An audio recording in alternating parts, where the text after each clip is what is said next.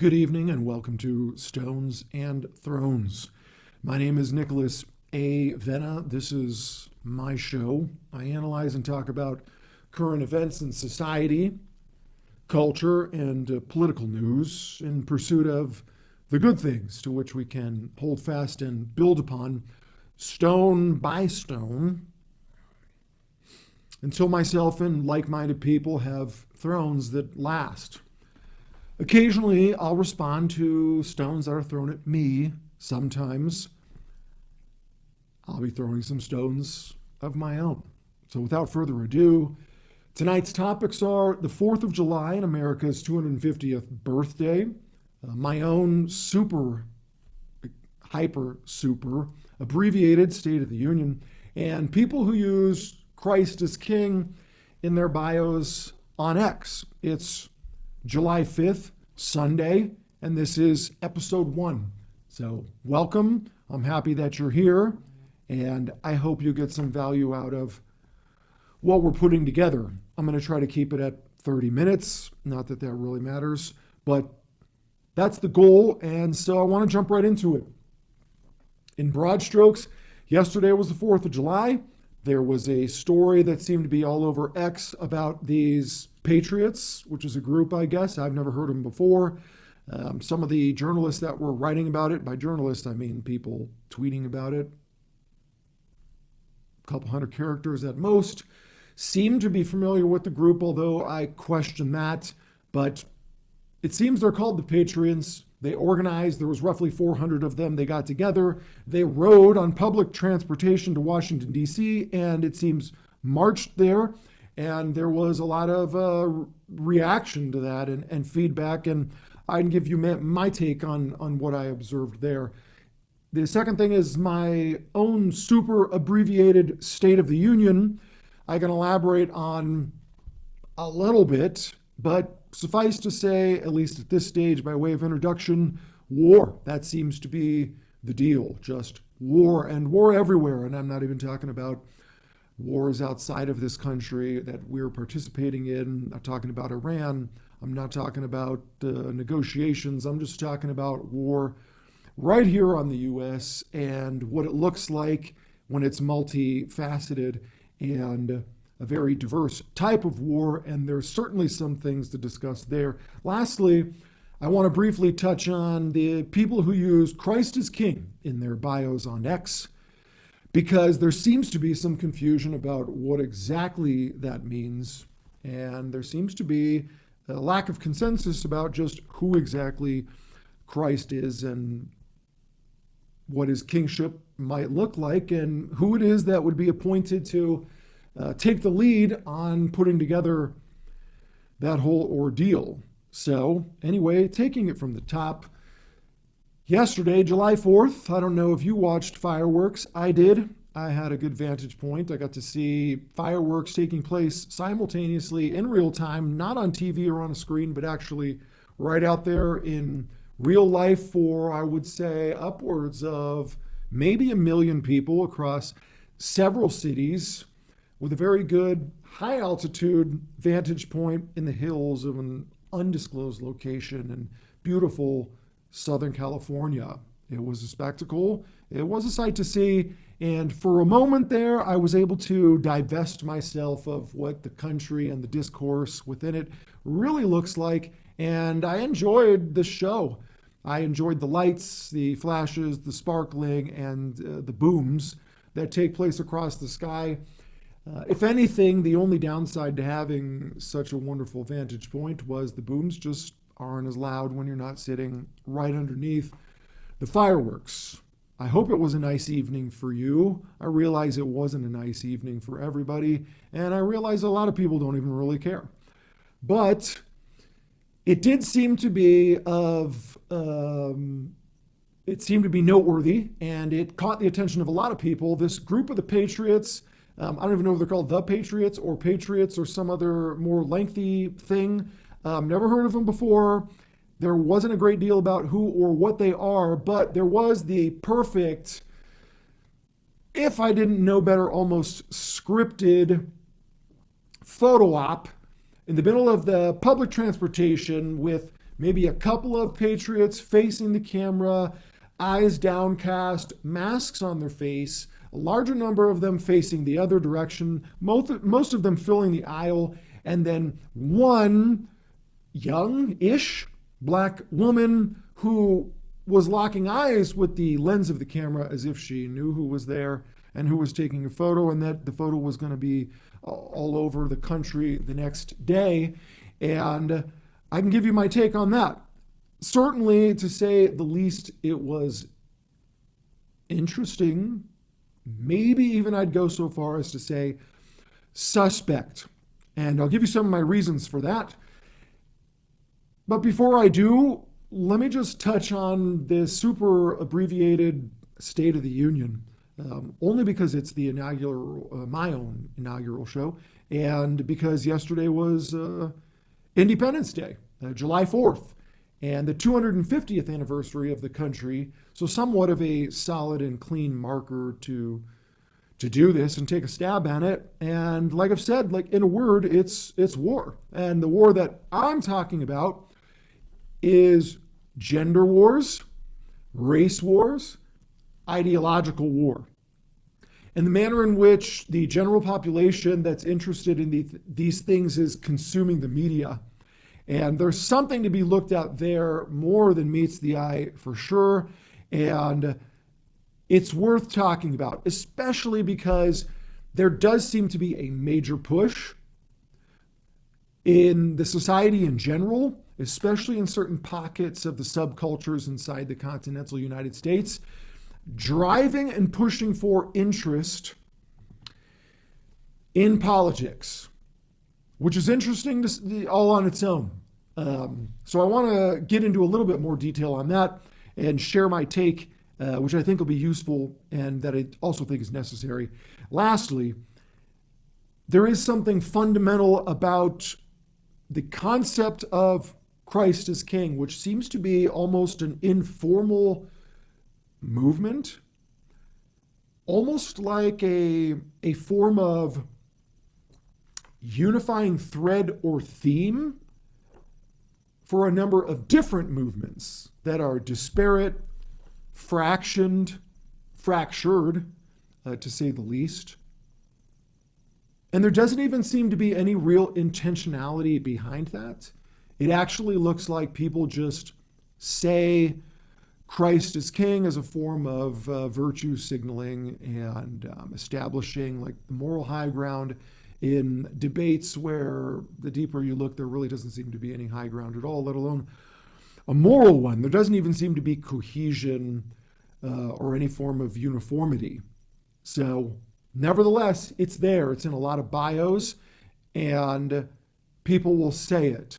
So it's worth talking about because of the way in which it intersects with the things that are going on a larger scale in the country, in our quarter millennia birthday, and the state of things as we head into the midterm elections, which is really what it's all obviously about. So let's jump to these Patriots.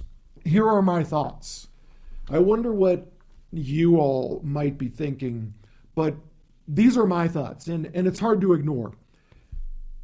On a visceral level, for anybody who's on X, who's on social media, all the different places that this news story showed up, if you haven't already asked yourself, I would ask yourself right now, and I asked myself this question, even though it was a little bit late in the game because I did some reacting first. Anybody who's seen my X account knows, especially since I kind of like to poke around the more extreme of a take that someone takes or provides or presents, and the more irrational or unsupported that take is.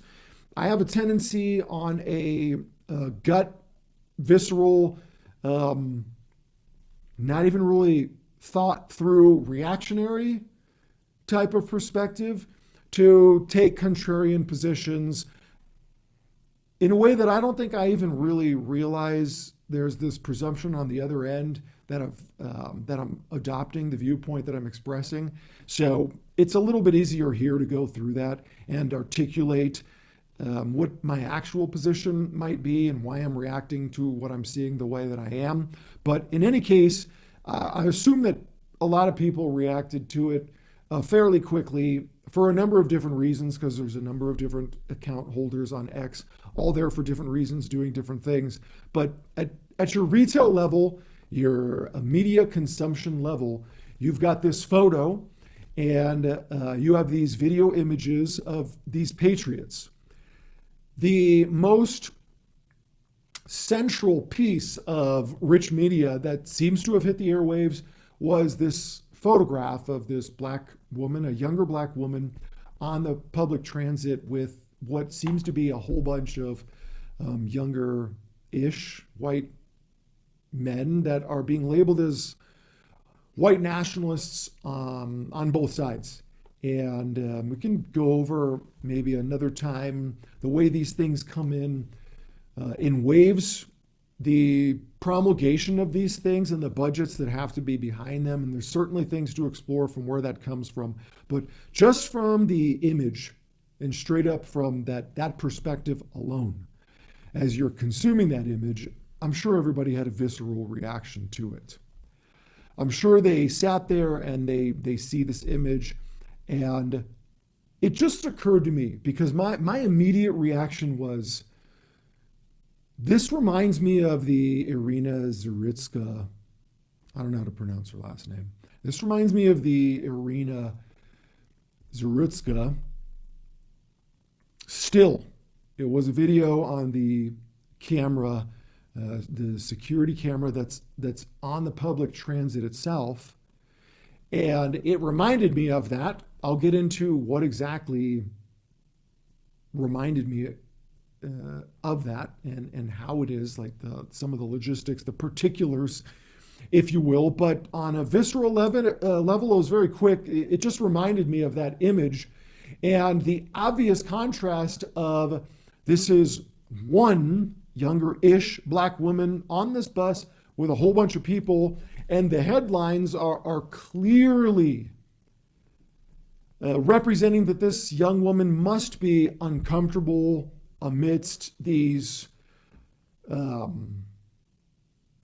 lower isn't even the word, risky, dangerous characters, these radical characters, these white nationalists that, according to the perspective of the journalists and the very few number of words that they're using to frame this image, she's in danger, she's in uncomfortable, and this is an unsavory crowd of angry for no reason white people.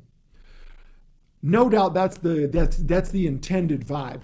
So, but the visceral reaction for me, and I'm sure for anybody else, was, man, doesn't this remind you of Irina Zaritska? And isn't that contrast stark and noteworthy, that like this young woman is alive and nobody's stabbing her? And then you immediately jump to like, oh my gosh, I've got it. The hypocrisy is astounding. How could someone take this photo and not be aware that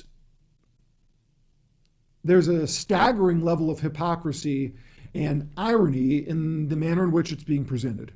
So you ask yourself that question. I asked myself that question, and there you have it. You have a controversy. But while this thought is processing, it's not just one photo from one account. It's coming from one account after another, after another, after another. None of them very notable, all of them with either hundreds of thousands, if not 1 million or more views. So there's a lot to look at there in a conclusive sort of standpoint, but at least as a foundation and to frame the perspective, that was interesting. That was yesterday. I want to jump really quick, only because it really is super abbreviated in terms of the State of the Union. I pretty much already covered most of that. And in short, it is war. It is war. It's a psychological warfare. It is a war for hearts and minds. And that is full throttle from every angle. It's clear if you're on social media, that you're not just looking at algorithms, you're looking at budgets. And there's a big difference. An algorithm obviously drives engagement. It's ostensibly in the interests of the businesses that own these social media platforms. And the more you engage, the more money they make. The longer you're there, the more you participate, the more time you spend, the more money they make. But there's also major budgets behind it. And these budgets are clearly propaganda. They are not clearly from any particular standpoint, at least not something you could easily identify and say, this must be where the budget's coming from, and this is the purpose. In fact, if you look at it a little bit, it's different than that. It's actually very obscure. And you don't have to scratch the surface much to recognize that it's intentionally obscure, and that whatever the actual motivation behind this, these budgets, they don't want that to be obvious or easily accessible to a thinking person, which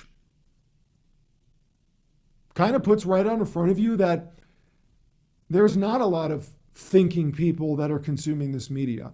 So I can get back to that and wrap that up. So far, timing seems to be okay in terms of my goal to get to 30 minutes. Lastly, the people who use Christ is King in their bios, how they might be confused. And you don't have to look too much further than anybody who has this concept of Christ the King, presumably is Bible familiar, I guess we can call them, or they're aware of Jesus, this person, and the perspective that he is king, and that this is a spiritual and religious concept. It is a moral virtue signaling Christ as king. Ironically, however, there doesn't seem to be any consideration for the notion, the reality that on the top of the cross upon which Jesus is crucified, there's this label of this is Jesus, the King of the Jews. The Pharisees took issue with this. They brought this up to Pilate. This was a highly charged, highly political event. And the sign at the top of the cross on the vertical beam, since crucifixion itself is a public demonstration, it's a warning from the Roman Empire to anybody visiting the region what happens if you get out of line. And it's at the top of this hill. So you've got this sign, this is Jesus, King of the Jews, which was fitting for the occasion because it is the Passover, when Jews from all over the known world at the time, all over Rome, which more or less ruled the world at that time, are converging in their promised land and at the temple, and they're going to offer worship there. So it can't be ignored that that's the concept and that it is a religious thing. There's a spiritual aspect to it. But as far as this is Jesus, King of the Jews, this sign that Pilate imposes that the Pharisees have a problem with, that's on the top of the cross and part of this public display for everybody strolling into town, that's political. Regardless of how we look at it and expand on the meaning and extrapolate the intention, it is a political thing. And I just don't think that people consider that when they put stuff like Christ as King, not least because there's a conversation that takes place between Pilate and Jesus where Pilate is asking, "Are you the King of the Jews?" To which Jesus replies with, "My kingdom is not of this world." So there is a bit of irony there. There is a bit of comedy there. And it's certainly interesting to consider, what do people think they're saying? What do they think they're signaling when they put that in their bios, other than the obvious, which is morally better than you. My morals are better. And even if you look at that, I don't want to get deep into it, but it's pretty obvious what that means. Like, the exact morals that are being talked about in particular, which ironically are the things that like everybody seems to agree on, like from atheists to anti-Christians to the Christians, Muslims, Jews, everybody that's taking center stage today. So there's stuff to look out there. There is this aspect of just how different the expression Christ is King is for Protestants, which I use to generally label everybody who's not a Catholic Christian, and Catholics. And also like my take on Mormons as Christians, which I can sum up very simply for you. They're not. So at least we have one thing concluded. The Mormons are not, they're not actually Christians. So I'm going to go ahead and strike that from my outline here. And we're going to go back up to the 4th of July. So tell me this. You're in media. You're a photographer. You know it's not random. They're sitting on a bus. You're looking at the prop for the modern day Rosa Parks. And do you really think that no one considered, especially remember, all this propaganda is coming out early on July 4th. It's early in the day. It's big budget. It's somewhat obscure random accounts, but with a fully professional looking photograph like would show up on the cover of the Times or Time magazine because it's in color. And the visceral reaction that everybody's happening, which is like, oh, well, at least she's safe. She doesn't have any knife holes in her body and there's no blood. And as uncomfortable as she might be trying to look, it's clear that there's actually not any reason to look uncomfortable. In fact, there's almost the subtle indications and decor in the layout of things that it's all of these white dudes who are uncomfortable. No one's taking her seat from her. Nobody's sitting next to her. And there's room for more than one person on just about every single bench in the image. In fact, closest to the camera and the photographer are two people who are conspicuously not looking at the person who must be taking the photo. So could no one really anticipate that people were going to react and say, whoa, wait a minute. This is just like Irina Zaritska, only she's safe. This black woman's safe and she's not dead and nobody's trying to stab her. And the more that I thought about it, that's just impossible. And more than just impossible, it's asinine. It's absolutely ridiculous, almost comical that anybody would even insinuate such a thing. To the extent that it's hard for me not to conclude that whoever was behind this which is the topic of another show, and why ever they did it, there is no way that the intention was not to,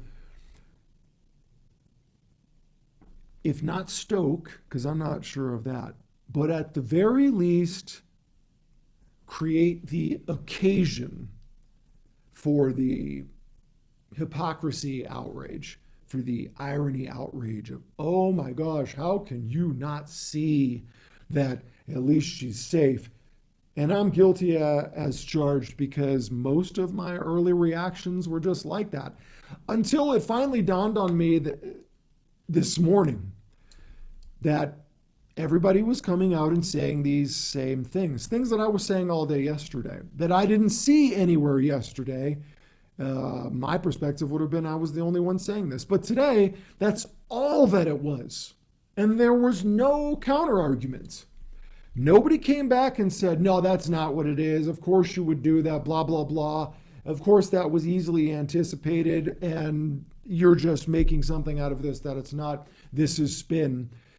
It really just looked like yesterday was one budget and today was a new budget and today was the real goal, to make this phantom society look like crazy, ridiculous, stupid, out of touch, and incapable of recognizing or identifying the irony of this single black woman on the bus, all these white dudes. So in conclusion, and the details don't matter now, but in conclusion, to me, that thing just looks like completely and totally fake.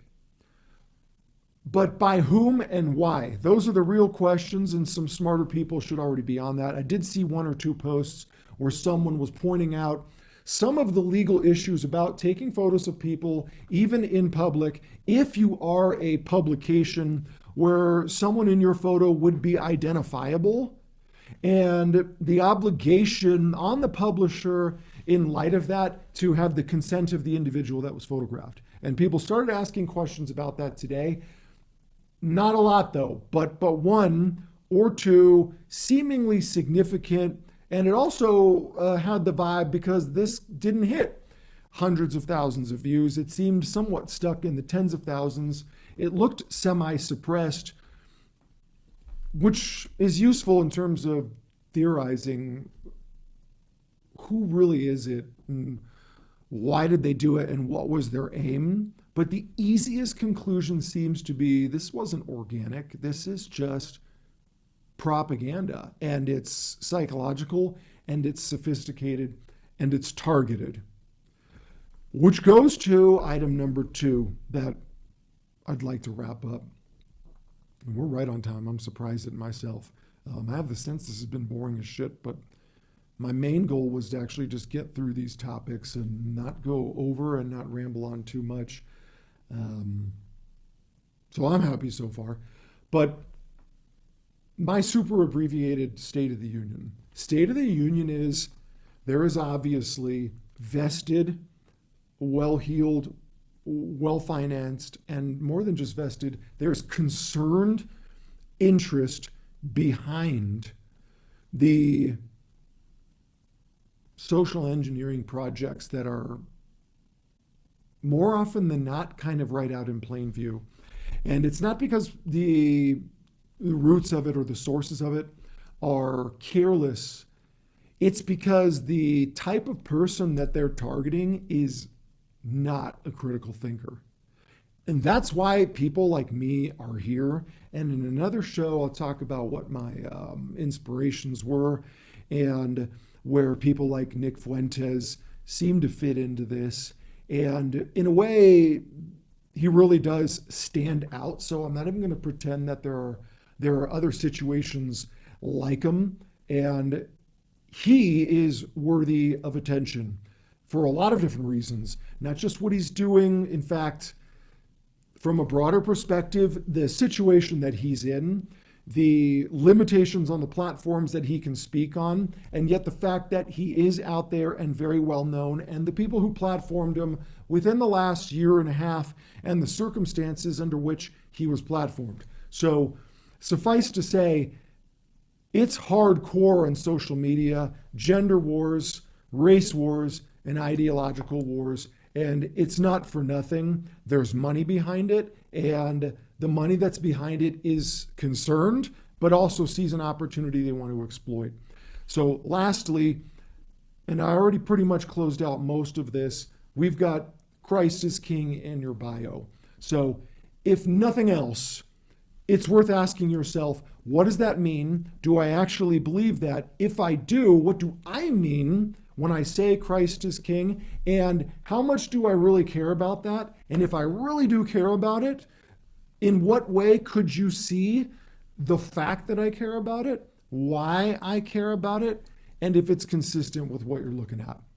And that's going to wrap us up. We just shut off our video. 28 minutes. Peace out. We'll catch you next time.